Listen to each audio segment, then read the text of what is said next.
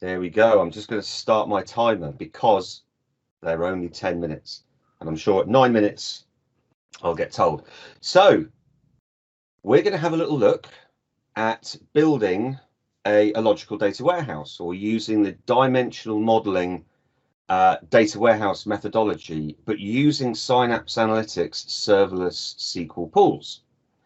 So there's a little bit about me. So if you scan the QR code, you'll go to my Twitter. So if you want to carry on the conversation, I always, talk and communicate about serverless SQL pools. So yeah, scan the QR code, link with me on Twitter, and we can carry on the conversation. Because as I said, serverless SQL pools is a kind of speciality of mine. Really, really enjoy it. So we're going to have a little look about what is serverless SQL in Synapse.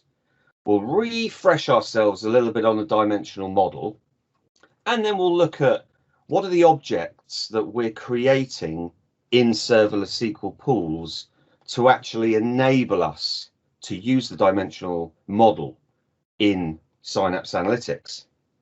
And then we'll look at reading that data and a couple of considerations, okay? So ultimately, what is serverless SQL pools? Well, it's a service. It's been live or in production now for a good 18 months. And essentially, it allows you to use standard T-SQL to query data in a data lake in Azure storage. So at the moment, you've got Azure Blob Storage, Generation 1 data lake, and Gen 2 data lake, and also Cosmos DB. Now for this session, we're going to concentrate on Azure storage. So we're not looking at Cosmos DB. And the way that you're charged for using serverless SQL pools is the amount of data processed, not compute, not time. So it sits around $5, getting on to about £4 for 1 terabyte of data processed. So if you write a SQL query that touches 1 terabyte of CSV data, this is what you're going to get charged per query. And essentially, we can still use standard SQL objects. We can create stored procedures. We can create views and external tables to cast structure over data that's in the data lake. Important thing to note is that serverless SQL pools does not itself store any data. All the data is in the source. Now with a dimensional model, we're really breaking our data down into a couple of different areas. What we want to measure, so facts, so usually numerical columns, and dimensions, how we want to measure it, by date, by customer, by product. And the first thing we do in the Synapse environment is when we provision a Synapse Analytics workspace, we get the serverless SQL pools by default. We don't actually have to do anything. We don't have to provision any servers. It's already there. And we can go in, log in, and issue standard create database syntax. So we're going to create a database. We can create schemas to logically separate our views and our external tables. The important thing to note is we're going to create a link to our data source, to our data lake. So in this string here, dfs.core, I've got a data lake Gen 2 account where my data is sitting. And I'm going to create some file formats because I need to tell serverless SQL, what file formats am I dealing with? How's my delimited data constructed? It's, in this example, my CSV is delimited by a pipe. And the first row of data is in the second row because I've got a header in my CSV file.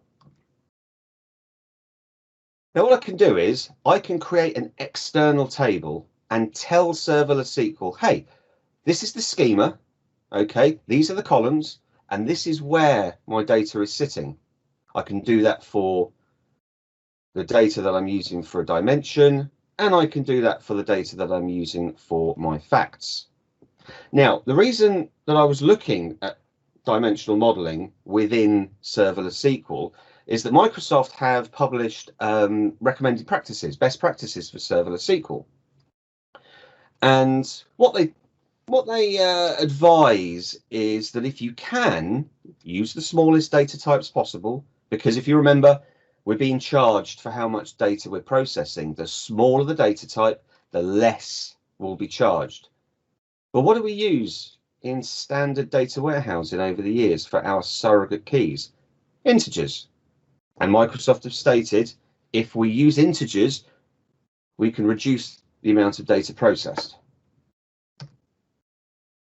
So when we're loading our dimensions, we're using a process called CTAS, create external table as select. Okay, do this in Serverless SQL. What that means is you can connect to that source data. You can then run the CTAS statement and write the data back out to Azure storage. And we're going to write it as Parquet, because with Parquet, we're getting all that goodness in terms of the data that's being stored in the data lake, the compression, and also filtering. It has a filter push down within the Parquet file itself. So as you can see here, I'm using a standard row number function to create a surrogate key, only loading those attributes that I want into the storage. I'm going to do that with my facts, okay? But this time, what I'm doing is I'm creating that external table. The location, I have the year, the month, and the day.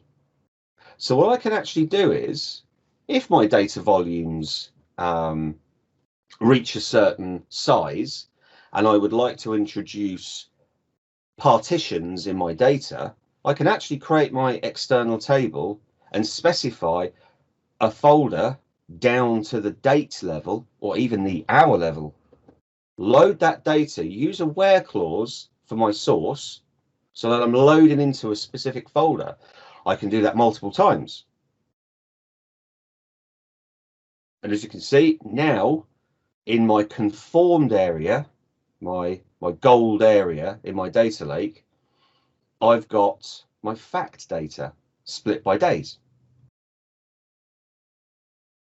Now, when we want to read the dimensional data, and this is, if I go back, what I want to clarify, I'm actually using this create external table almost like a loading process.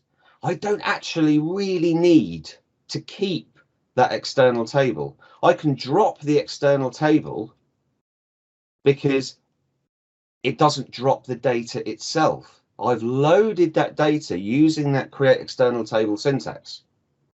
And because I've got a folder structure for a year, month, day, what I can do is I can select from that folder structure.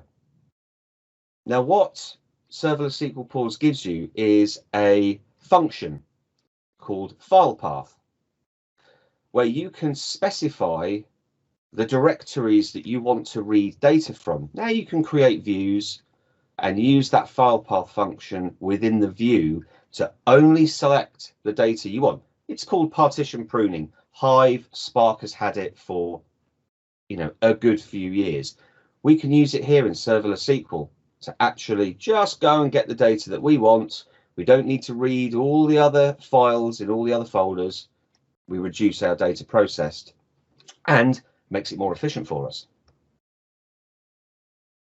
So in terms of references and further reading, under that second part, Synapse Analytics SQL Serverless, you've got all the Microsoft documentation, because for clarification and for transparency, everything that I've learned about Serverless SQL Pools has been from the official Microsoft documentation. It's very comprehensive and you can work through it. They also, I haven't put a link in here and I'm going to tweet it, an excellent Learn series on the Learn portal to go through serverless SQL pools.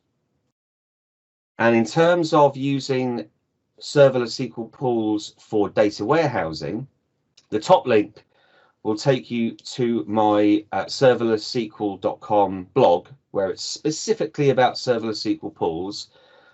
And I have a part 1 on creating a logical data warehouse where we're connecting to source data, we're casting structure over that source data. Part 2 is available as well, which is specifically about then turning that data into dimensionally modeled data. And part 3 will be along in the next week, in which we're looking at slowly changing dimensions within serverless SQL pools. And if you'd like to read a little bit more about the overall architecture, which is called a data lakehouse, it is a little bit of a polarizing term at the moment, okay? But the fundamental theory is that we are casting structure over data in a data lake, and we're using data warehousing principles over that data. And at the very bottom there, we've got some information about the Parquet file formats, because more and more, it's starting to be used as a file format for analytics purposes. So have a little read. So there we go. I hope you've enjoyed this very quick talk on dimensional modeling with serverless SQL pools.